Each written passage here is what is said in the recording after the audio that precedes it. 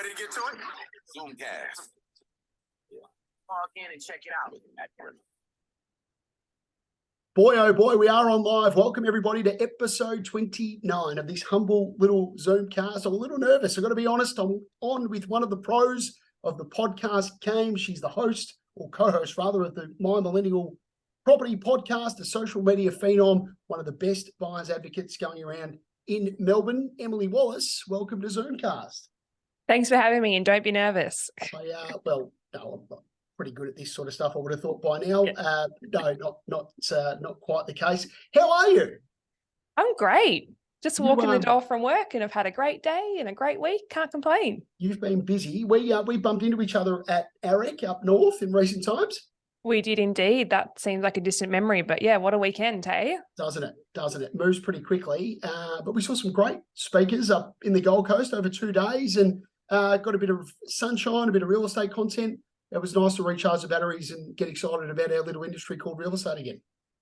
Indeed, and I started looking up how much it costs to buy an apartment up there, because I wouldn't mind, just jetting away every couple of weeks. Yeah, it's not feasible, but one can dream. Special place. Yes. Special place. Hey, we've got a lot to unpack. I was quite serious. The My Millennial Property Podcast doing some nice things. You are a busy beaver when it comes to the advocacy world and doing some beautiful things on social media. We're going to cover all of that. Of course, Zoomcast available on iTunes, Spotify, YouTube, anywhere you get a good podcast these days, Em.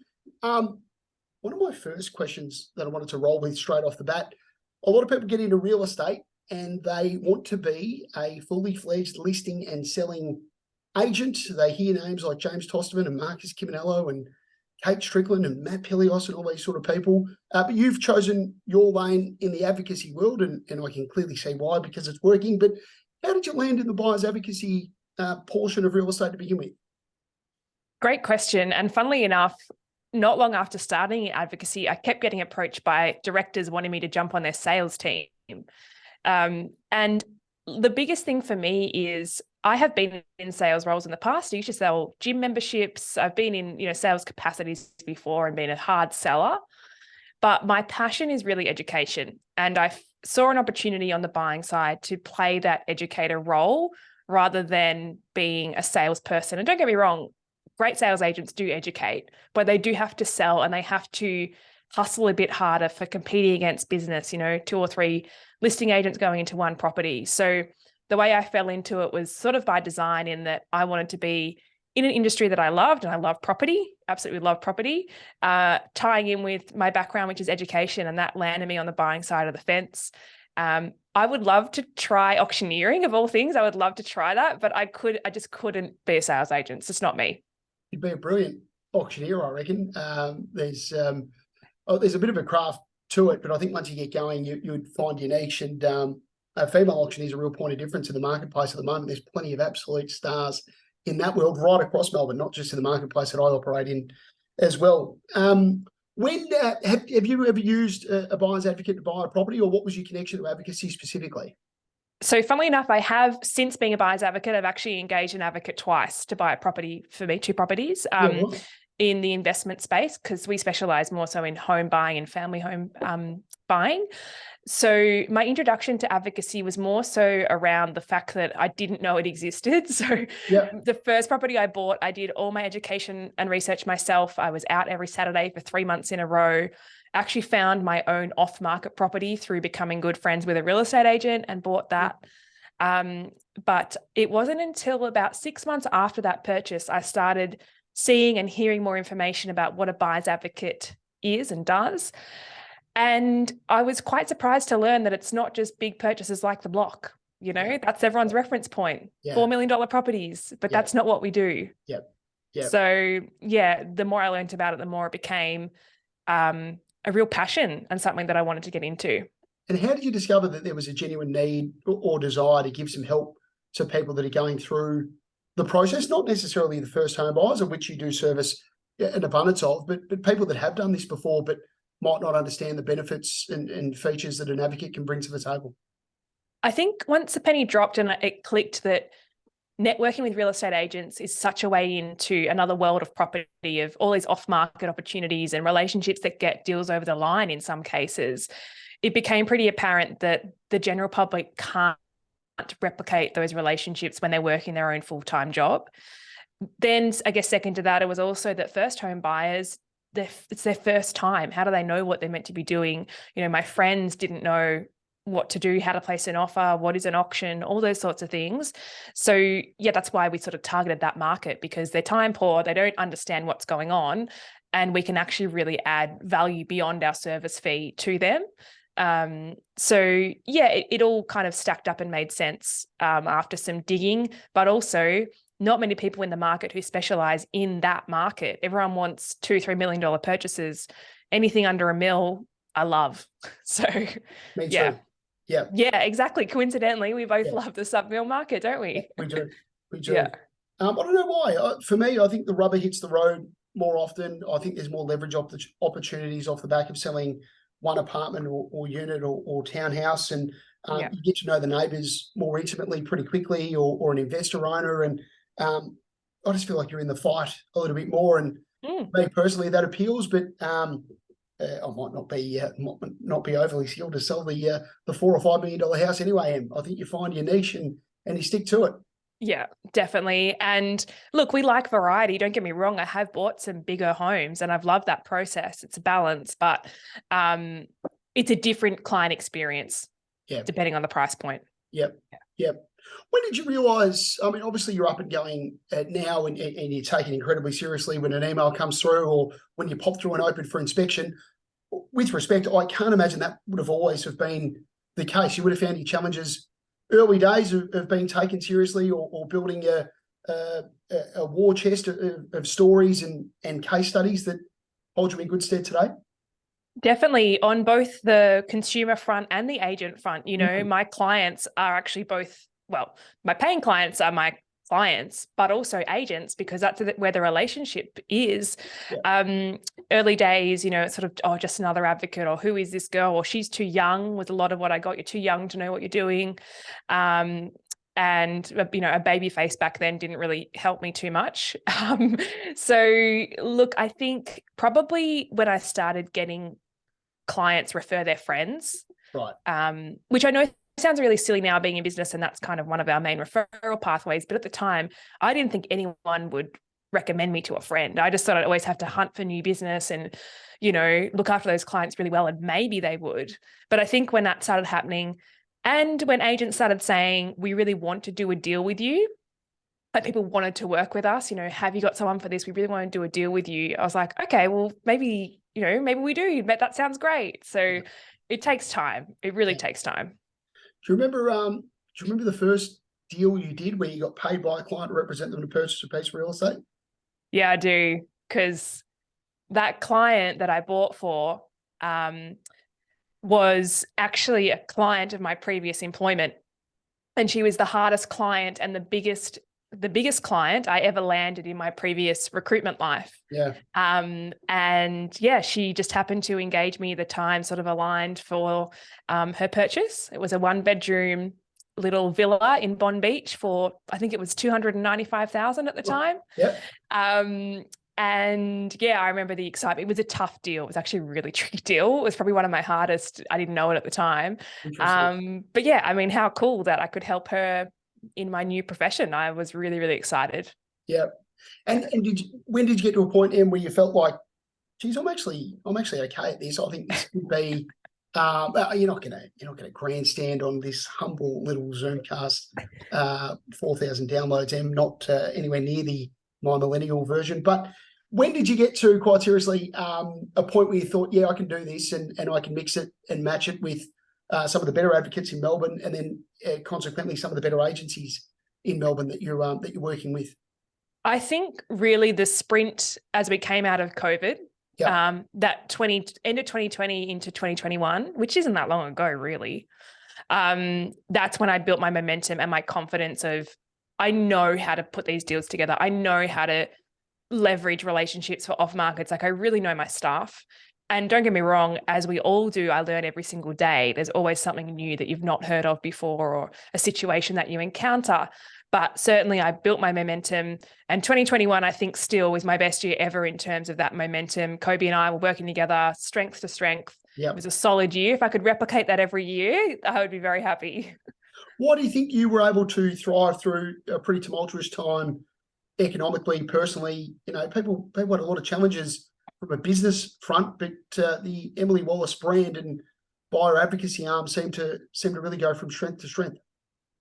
I think because I just didn't stop marketing. You know, Right. it was just a different way of marketing. And I think my thought process always is if someone thinks of a buyer's advocate, I want them to think of me. Yeah. And more specifically, if they're buying their first home, I want them to think of me. So I took that approach and really blanketed the market, you know, to the point where people are like, you're just popping up everywhere. I'm like, good, that's what I want. So in that time was probably my peak on socials as well. Like, I'm still very active on socials, but there was a time where I was just so all over every platform all the time. And so I think the economic factors, there's always going to be a pool of people who have to buy or sell, as we know. If I was capturing those, then, you know, the business continues to grow. And so that did build the momentum through that time. Yeah. Yeah. For you to say that when people think of a buyer's advocate, you want them to think of Emily Wallace, you've clearly got great business sense and business nous, but there's a little bit of in there as well. That there's a little bit of a competitive drive in that, and that's what you need to be successful in business and particularly in real estate circles. I don't think there's too many competitive industries going around, but where does that come from, Em, that competitive will to win? Well, I don't know if it's, I wouldn't classify myself as competitive because I actually am a big believer in saying no. So it's not so much that I want all the business because I can't even manage it. It's actually that I want to at least be influential in the conversation of someone picking an advocate and then maybe even I refer so much business to other advocates. I don't think people quite know that. Wow. Because we have limited capacities. I think it's more a drive around that influence and education that comes through that I don't know where it really comes from. Like, I'd have to think about it hard, to be honest. No prep work done prior to Zoomcast, Em? Yeah. So yeah, I don't know. It's just, I'm not sure. I think it's just an important factor to have some sort of influence on people when they're making a really big decision. And if I can be the first point of contact and then direct to the right people, then I'm really happy with that. Yeah. Yeah. No, you're doing a brilliant job. Folks, I'm not joking. We hit record, we hit stop, we upload, whatever comes out, comes out. This is just is what it is. Raw and uncut as it gets, and hopefully some people enjoy it. And what makes a good buyer's advocate, in your opinion? I know that's a really broad question, and I don't mean to put you on the spot, but what are some of the traits that a really good buyer's advocate has to have? The biggest one that comes to mind is a good moral compass. Yep.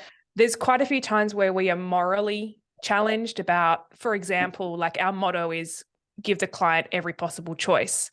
If we're close to signing on a deal and another great option presents itself, even if that deal may fall apart, even if we annoy that agent because we're so close, we still give the client the choice. And I think I would question if all advocates do that. Because it is morally conflicting. You know, we nearly got it done, but there's something else. So doing best by the client is number one. And then I personally am a big believer in the fixed fee model in the best interest of the client again. And look, controversial, but I also think people who are just a buyer's advocate make really good advocates because they're so on one side of the fence and they're very passionate about buying. I know there's plenty of great advocates that do both, but my personal belief is stick to one side of the fence. Yeah. Interesting. So no vendor advocacy is what you're saying? Yeah, correct. Yeah. Okay, got it. Yeah. And fixed fee meaning pay me a fee to do my job. Don't link my fee to be a percentage of your eventual purchase price. Yeah, because the ultimate goal is to get the best price possible for the client. So if you're incentivized by the more money they spend, the more money you make, works on the sales side, doesn't it? I mean, how great if you guys get a good result, but it doesn't work on our side. Yeah. Interesting. And that skill set that you now have, how have you gone about developing or improving your skill set over time? I mean, respectfully, you don't walk in day one, week one, and have the capability of an Emily Wallace or a Kim Easterbrook or a Kate Bakos or some of the very best, of Lawrence Staley, the list goes on. But how do you build your skill set over time from a training perspective? Great question. And you know what? There's actually a real lack of training specific to buyers advocates. I've really had to dig to talk to advocates in different states is a big one. I have had a business coach pretty much since day one that's more business focused as opposed to, the advocate role itself. But I think it's a continual learning, podcasts, resources. There's no one particular outlet that I go to train better, to be a better advocate, because to be honest, it doesn't really exist. But certainly pulling on mentors and workshopping things with other BAs in different states is a really good resource for me and helps me grow and learn faster. Yeah, interesting. And we might have unpacked something. You're an educator by nature. Who knows? We might have the Emily Wallace University of Buyers Advocacy one day, and I'll take a little clip. Thanks, Em, if it does come through. I'll tell you what we do, and you probably know this, but we're locked in a room every Wednesday, whether it's a mentor group, whether it's a negotiation session, whether it's how to better find prospects, how to negotiate, how to keep a deal together, how to be better placed on social media. There's always a training element to the sales side of real estate. So I was interested to see whether there was a similar path there. Actually, can I get you to take interest rates again, just to keep moving in the wrong direction? Or depending on who you We are, love interest rates. But my God, it's a topic, Em. I'm not really current market conditions on Zoomcast. That's not normally my go, but hey, you've got your ear to the ground quite seriously and your finger on the pulse. I'd be keen to get your take on what you're seeing on the buyer's side of the fence, and then I can offer up some intel as to what I'm seeing on my side. Look, the buyers who are active in the market, generally speaking, have a mortgage broker who's already preempted minimum 3 more rate rises. So yes, it impacts their dollar figure, each time it goes up. But if they're already basing it off their worst case scenario, they're a bit unfazed. It's become a bit, bit of the norm. Yeah. I wouldn't say, and because it's not just in isolation, right? Like this is happening to everyone. So everyone's borrowing capacity is changing. It's kind of null and void in a way. Like I just don't give it any fire or any, feed it at all. Like I just think it is what it is. If you've got a good broker on board, then you've preempted it. The only challenge will be those who have already bought who didn't factor these in. 2020, 2021 purchases are coming up for resale, off market, no marketing because they can't afford it and need to offload it. So that's benefit to my buyers. So, as harsh as it is, if people didn't have financial smarts about them and went into it unknowingly, then they are in a bit of trouble, which is not great, but maybe a lesson learned. Yeah. Well, you're probably saying it in terms of putting out feelers for opportunity to buy. Stock levels are as low as I've seen them, particularly at this point of the year, as I've ever seen them in 13 or 14 years of doing this across multiple markets. And you're right, you will get one of two versions of a seller at the moment. Seller number one says, Matt or Mr. or Mrs. Agent, I get it. I'm happy to present my property well. I'm happy to promote my property well. I'm happy to price my property fairly. And I'm happy to get it out to the masses to hopefully bring me an audience that's going to get me the best possible price. But then you've got the other version, which is, hey, Matt, here's the keys. I'd like the Mount Everest price. I don't really want to invest in marketing because I can't afford it or it doesn't make any financial sense to me. But go and find me that buyer that's prepared to offer me top dollar. And in that instance, really, apart from the hot buyers list that most agents that have been around a while will be working with, advocates will be the next best bet. Yeah, totally. And I think in that situation, as an advocate, we often find ourselves having to go, off market sounds great. Is this realistic? That's, and for probably 30% of the stock we get, it's not. So you got to be careful. Yeah, exactly. Yeah.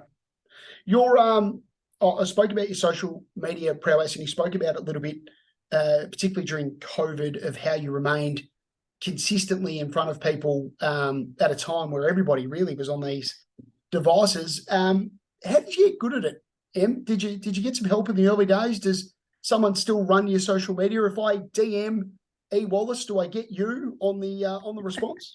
I love that. I don't classify myself as good at it. I think I just do it enough that, the way I speak to you and, when we catch up even on here is exactly how I talk on Instagram. And I think the key defining point of social media is for it to represent who you are and what you're about, so that you're not presenting to the world something that's fake. Right. And so early days, I mean, if you go back and watch some of my early videos, they're shocking. They're so they're horrendous. It literally is just practice, practice, practice, and keep doing it and publishing it. Most people only watch like the first 15 seconds at best. So who even cares if you stuffed it up? Doesn't matter. Yep. You do get me when you message me. I don't have anyone manage my DMs. Social media is an active source of our leads. TikTok is actually, I had a TikTok lead today that was great. I had one yesterday as well. I need to add it to the drop down of how people heard about us, because TikTok's taking off. But really, the only thing that I do outsource is when you see the still static posts on my feed, like my Floor Plan Fridays, any quotes, any testimonial posts, Yep. they are done by somebody. Yep. But I, each week we email and we say, what do you want put up this week? So I have some influence over that. Yep. But my stories, my reels, all my video editing, it's all me. And I'm not a tech whiz. I'm just a girl who knows how to use a phone. Yeah. It's impressive. I mean, so when we talk about lead sources for you specifically, there's Mm. real estate agents that are going to refer you some business, so they know that a buyer might benefit best from dealing with an advocate because their search criteria might be so broad, or what they'd like to spend could be quite varied. So an advocate might be the best person to help them there. Mm-hmm. The podcast spins off a lot of leads, and social media really is your biggest driver, isn't it? Yeah, the podcast. And most people who listen to the podcast land in my Instagram somewhere. And there's also an active Facebook group for the podcast where we answer questions and things like that. And then, more recently, like the reach on TikTok is just nuts. And so, like, for example, just to give you some insight, right? The call I had today was someone who's living in Canberra, relocating to Melbourne. And she said, I saw one of your TikToks and I scrolled through the entirety of your TikToks to learn like what you'd put. There's not that many there. There's probably, 40 maybe. And I loved, that you educate. And so I booked a call through the link. Wow. No reference point of anything else but TikTok. How old would the client be? I look at a guess, maybe mid-30s. Yeah. Okay. Yeah. So long gone is the notion that TikTok's only for your 14-year-old son or daughter. And it's not for, everyone's like, oh, isn't TikTok for dancers? No, TikTok is not about dancing. TikTok is, it's like your own little mini YouTube channel in snippets, but has way better reach, that can be geo-targeted and is better than Instagram. Wow. Yeah. I've never used it. As in, I know of it, and I follow some very funny videos that get sent to me occasionally, but I've never actually made an account. And maybe I'm a bit embarrassed and should get into it. Talk to me about my millennial property podcast. It's a mouthful, Em, even for someone like me, but it is one of the more downloaded, listened to property podcasts going out there. I think it's part of the My Millennial umbrella, which spins off versions of My Money and My Career and My Investor, if I'm not mistaken, amongst others. How did you get linked to that podcast, and talk me through the setup of it? Yeah, for sure. So Glenn James is the founder of the overarching group. It's his financial planning spin-off, which is Sort Your Money Out. And so it's SIMO. So SIMO owns My Millennial Money, and then all those little ones that branch off it as well. So in terms of my involvement, Glenn and I got connected through LinkedIn. He actually made a post and was like, does anyone know a great network of mortgage brokers? And I was like, I'm looking for the same. Why don't we trade who we find is good? And we connected there. We did a Zoom. I came on the main show for an interview. And then probably about 6 months later, I got asked to be a guest host for 3 episodes just to see how it would go. I didn't know that they were intending on offering me a spot as co-host. I just thought I was filling in. Did the podcast exist before you? Yes, it did. The property version? Yes. So Glenn and John ran My Millennial Money and My Millennial Property, but Glenn is not specific to property. He's more about shares and investment, and honestly, he's just way too busy to be part of the property show as well. Whereas John is actually an investment buyer's advocate. He's based up on the Central Coast. And then obviously my insights in Melbourne. So it's a great dynamic. We record most of the time online. We've both got our little setups and occasionally in person, but I got asked, I think it was in the July of 2020, to be a guest, and then I stayed on ever since. How many episodes have you done, roughly? Well, it's one a week. So whatever that is. And did you tell me at Eric 600,000 downloads or thereabout in a 12-month span? Yeah. That's extraordinary numbers. Yeah, it's I can't take credit for that, in that there's a whole team behind how that podcast is published and produced and marketed. Yeah. But yes, it's got a very large download rate, and there's very loyal listeners who tune in every single week, regardless if they're buying property right now. Yeah. Yeah. You don't just talk about buying specifically, I mean, in terms of the type of property, but you're across a whole host of property related topics, aren't you? Yeah. So, people ask for a specialist, can we talk about eco homes, or can we talk about how to pick an architect, or what to look for in building and pest inspections? It's honestly like so broad, conveyancing, mortgage brokers, anything. And we love listener stories as well, like people who have, listened to the podcast and bought or sold. So yeah, it's really varied, and somehow we have new content every single week. I don't know how, but we do. They provide the topic and then you speak about it, or do you generate the stories? We generate the stories. Yeah. Well done. Yeah. Well done. That's I know how challenging that can Yeah. be. I've only done 29 of them, or 28 and a half. I'm curious, Em, you're a great advocate, and I think one of the reasons why you're so good at what you do is you've got a genuine desire for the industry, I think, as a whole, to be really good at what they do on both sides of the fence. And I say that in a really complimentary tone. You're not just all about how many properties I could buy, but how do we holistically make this deal the right deal, or how do we holistically help your seller and my buyer come together? I think it's something that's pretty special. I wanted to pick your brain about how agents and advocates can be more collaborative in the right way to continue to have the sort of outcomes that we both desire. I think the biggest thing is, first and foremost, to have a common ground that we're both trying to achieve the same outcome. Yeah. Regardless of the property, we're both there to achieve the same outcome. And so how can we make more of those outcomes happen more frequently? On the stock side of things, it's about sharing those listings, even if, like, for example, I started getting in the habit of sending out a text to say, if you're attending an appraisal this week and it matches this buyer, here are the details. Like, you can show the text message in the appraisal, qualified buyer from an advocate. I think that holds a lot of weight. I don't know if people actually use the text. I think they should, because I think that would be great. Because, vice versa, if I get a text about an off market, I'm showing my prospective buyers, hey, look, I've got evidence of an off market that might suit you. Yep. So there's that. We love just like catching up for coffee and exchanging ideas.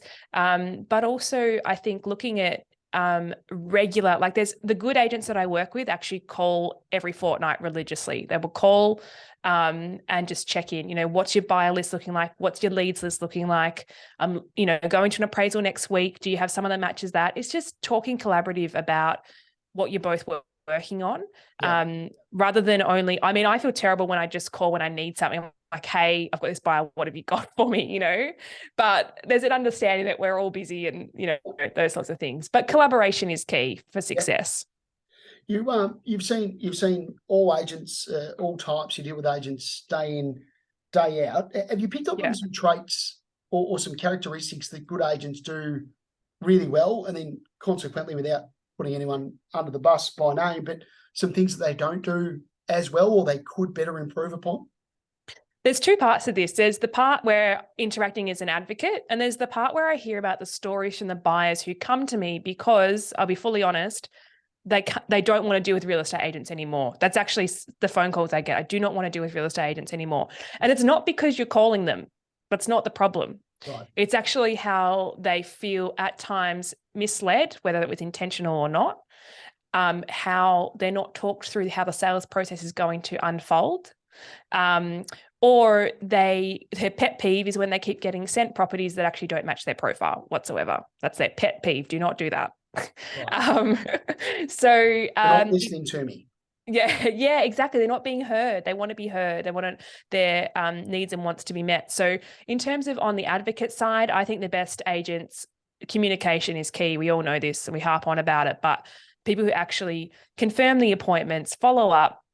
I like following up before someone gets to me if I can with feedback. And when we give feedback, don't take it personally. You know, when we give feedback in a text, Harry and I are really diligent in the client didn't like it because X, Y, Z. And sometimes it'll just be like, oh, well, they're never going to buy something if they're that picky. You know, it's like, actually, it's valuable for your vendor to know what the buyer thinks, whether it's harsh or not, and use us as the middleman to say the advocates said. Well, I didn't say it. Yeah. As the agent, I'm not telling you your house isn't any good. And I'm not telling you have to adjust your price. Yeah. The advocate said.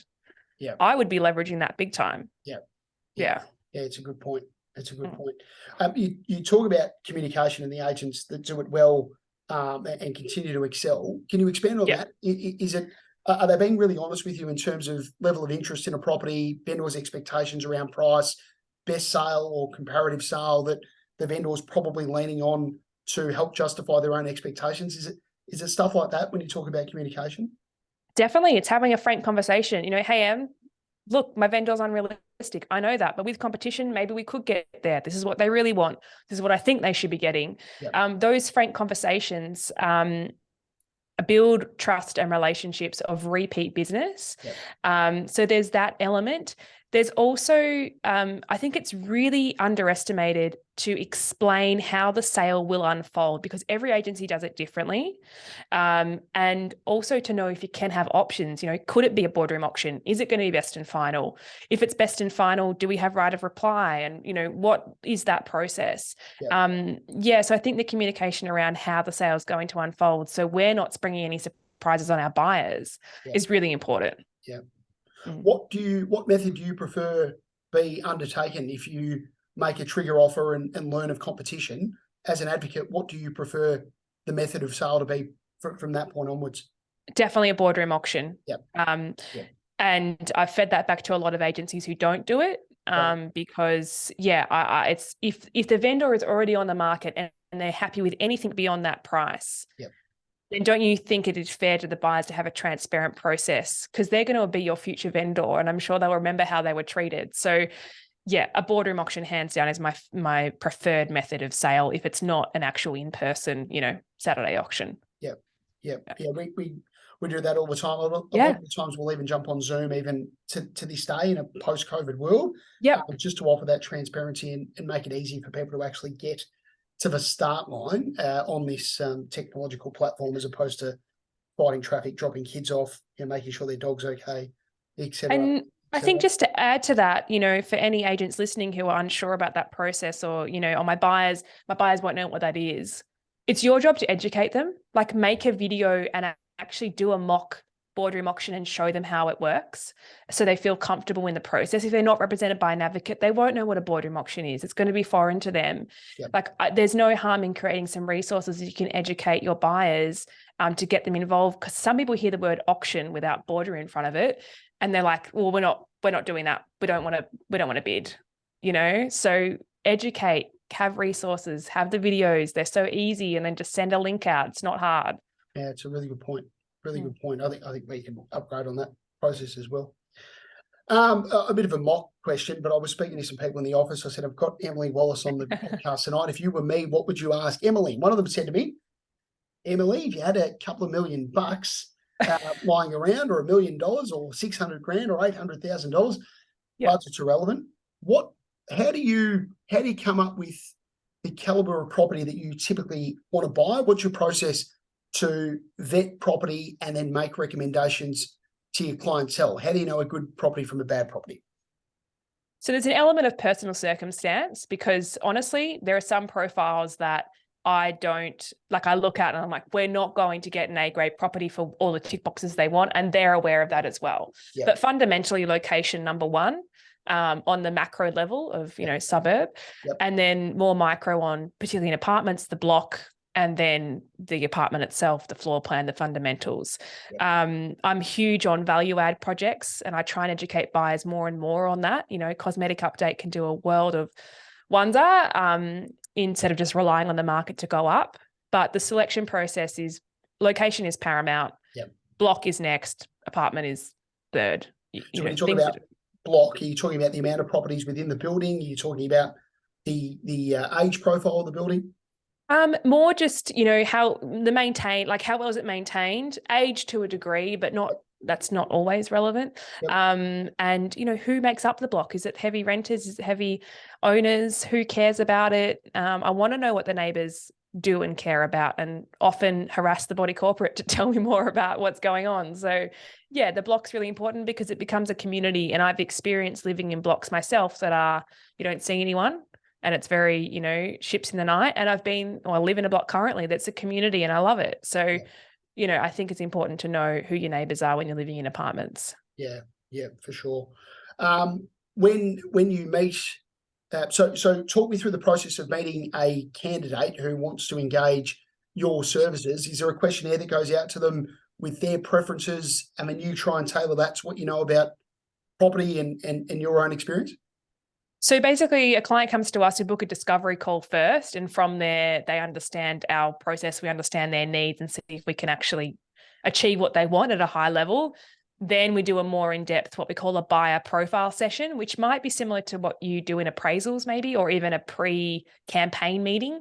And so from there, we start to stipulate exactly what they're after, find some sold results that resemble what they're wanting and replicate them.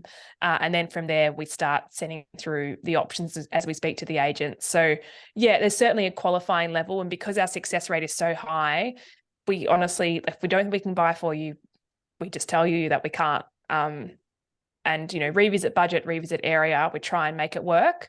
But champagne taste on a beer budget doesn't work when you're trying to buy property. You're not wrong. You're not wrong. How do you go with the and I'm sure you've had them, how do you go with the hard luck buyer that you attend 2 or 3 auctions on their behalf and you continue to fall short? How do you keep them enthusiastic, positive about the process? You know, no doubt they'll feel down in the dumps. They emotionally attach themselves to a property time after time, and today might be the one, and sadly it isn't. They get blown out of the water, or the things just don't go their way. But how do you keep those buyers positive? It's interesting. I actually haven't encountered too many. My good luck streak is extremely high. I don't know what it is. If there's this bubble of like house luck around me, I don't know if I'm a good omen. Yeah. I am dealing with one at the moment, and they are the sweetest clients. They've missed out twice on some pretty dream properties. And I actually said to them, we need to put the best energy we possibly can into the outcome. Yeah. It will happen. It always does. And they now have their kids actually drew a little mantra of we will find our dream home, and they look at it daily. I'm not kidding. It's decorated and everything. And it's just the focus on the outcome. We will get there. It is a process, but the outcome will occur. They're realistic. Their budget's, you know, got evidence that it does exist. It's just tough when the stock is really tight at certain price points, particularly in family homes. Yeah. Question without notice. All of them have been a question without notice. I haven't given you any notice. How long does it take on average between the time a buyer says, yes, Emily, you're my advocate, to them actually signing a contract of sale on purchase? Great question. So the time from someone engaging us to buying a property, if it's under $1 million and typically an apartment, at the moment, the average is 37 days from someone engaging to signing. If it is a family home, the average is closer to about 65 days. There's less stock. Got it. Yeah. Got it. And when the market was or had more stock available or pre-interest rate bonanzas, I'd imagine those numbers were coming down. We were the whole, like across the board of what we were buying, we were less than 4 weeks on pretty much every client. Yep. And in that 30 to 60 day range, Em, how often are you meeting with the client or having updated conversations with the client? We manage everything in WhatsApp, and our contact is at the very least every second day of some form of update, but at most of the time it's every day with something to, you know, go off. It's very high touch. That's why we only take 10 clients at any given time.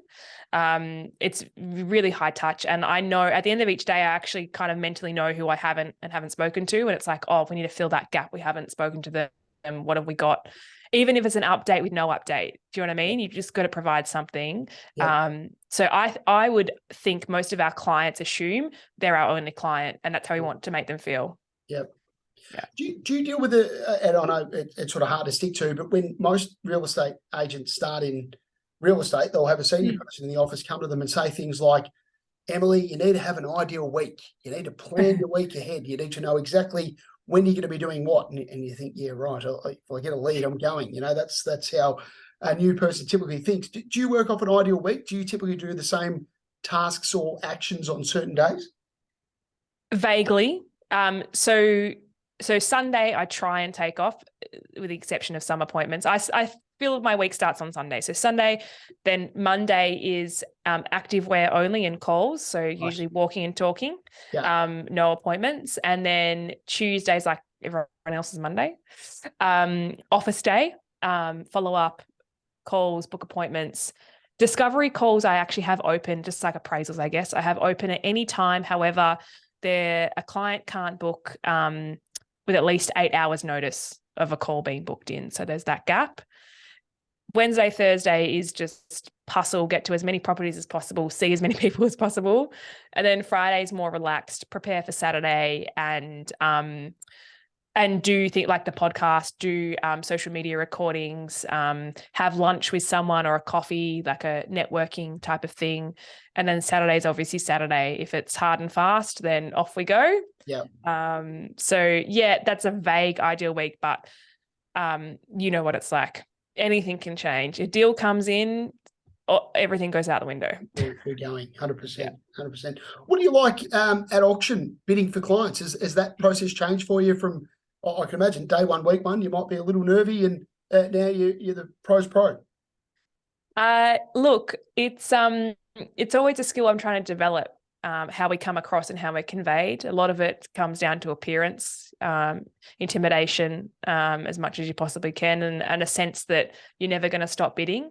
I watch a lot of auctions. I actually go still to a lot of auctions to watch auctioneers that I've got auctions that I'm going to be bidding on coming up. So I do my research, but look, I think I would say I present very confidently when I bid, particularly when I'm against other first home buyers. I mean, I feel sorry for them. Sometimes I'm sorry, guys, but I've got a client for this one. So yeah, it's evolved over time, but I think my confidence is much higher than, my first time bidding. I was absolutely shaking in my boots. Yeah, I bet.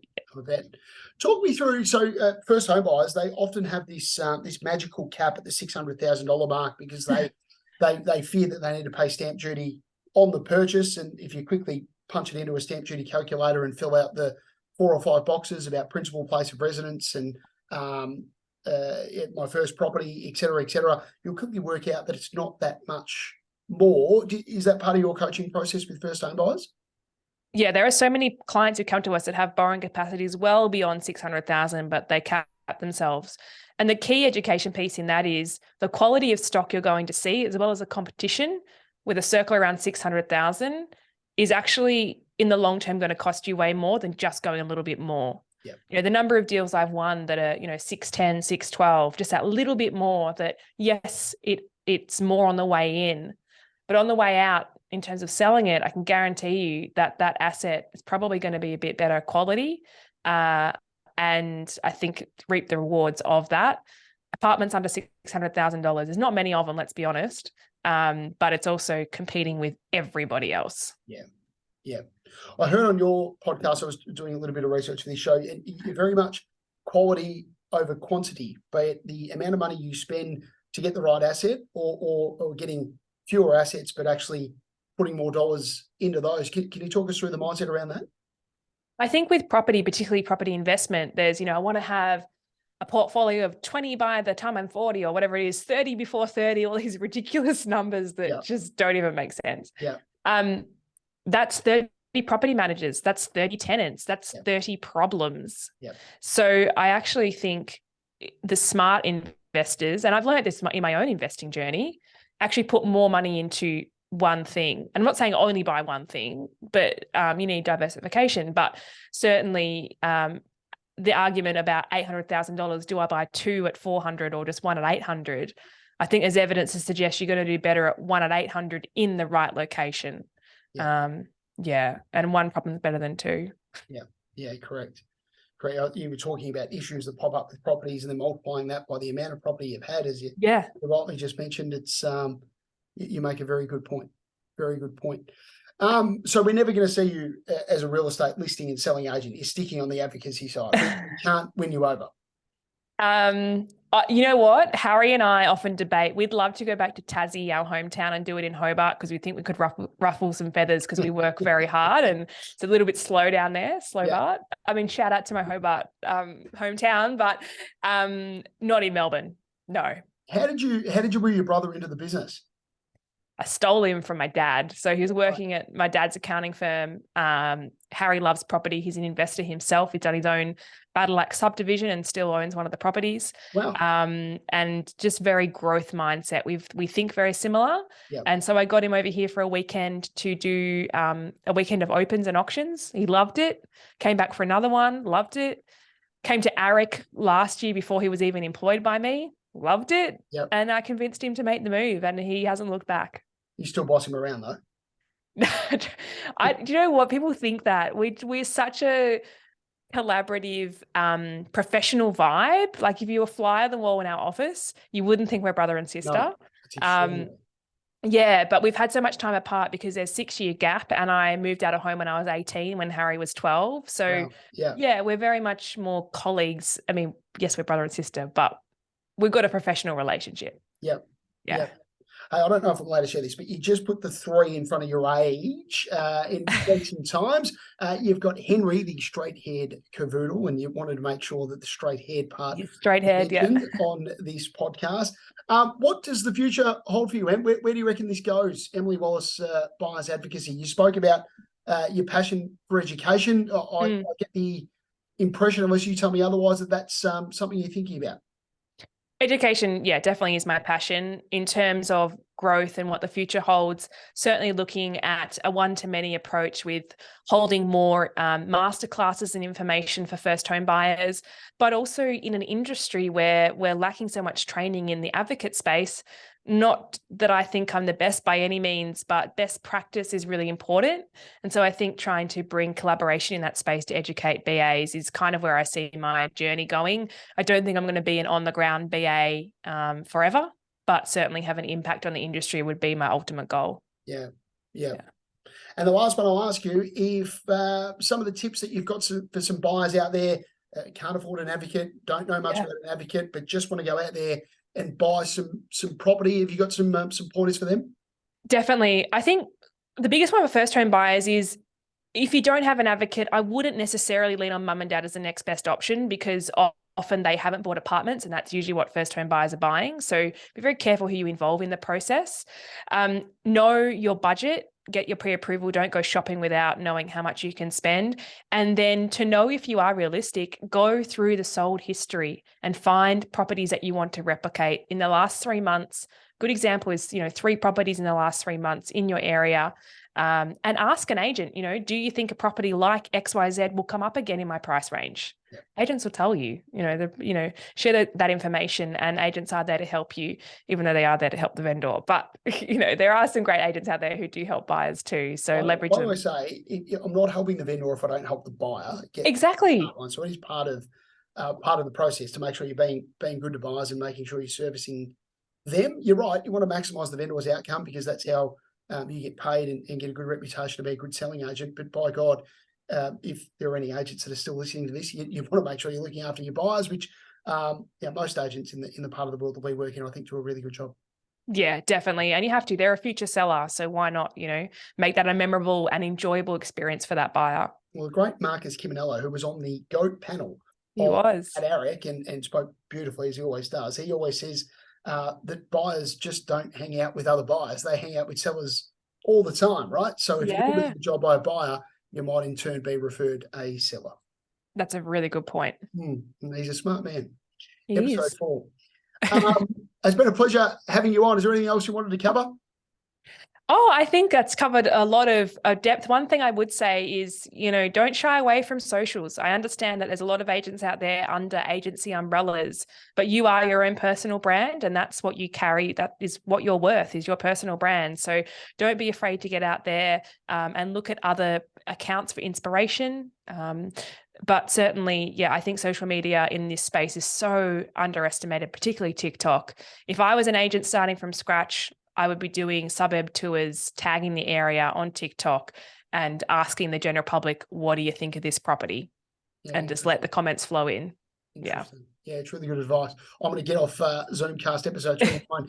Go and start a TikTok account. This will be TikTok. available Spotify, iTunes, YouTube, anywhere you get a great podcast. Emily Wallace, thanks for being a part of Zoomcast. Thanks for having me. Thank you.